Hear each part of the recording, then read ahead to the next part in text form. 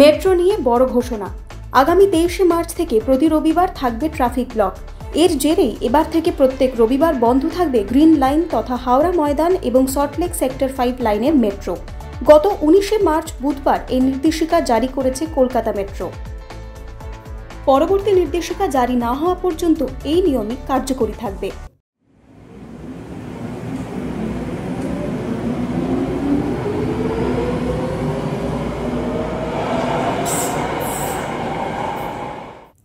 Kolkata metro সূত্রের খবর, রবিবার যেহেতু যাত্রীর সংখ্যা কম থাকে, সেই কারণেই ওই দিন পরিষেবা বন্ধ রেখে কমিউনিকেশন ভিত্তিক ট্রেন কন্ট্রোল সিস্টেমের টেস্টিং করার সিদ্ধান্ত নিয়েছে মেট্রো কর্তৃপক্ষ।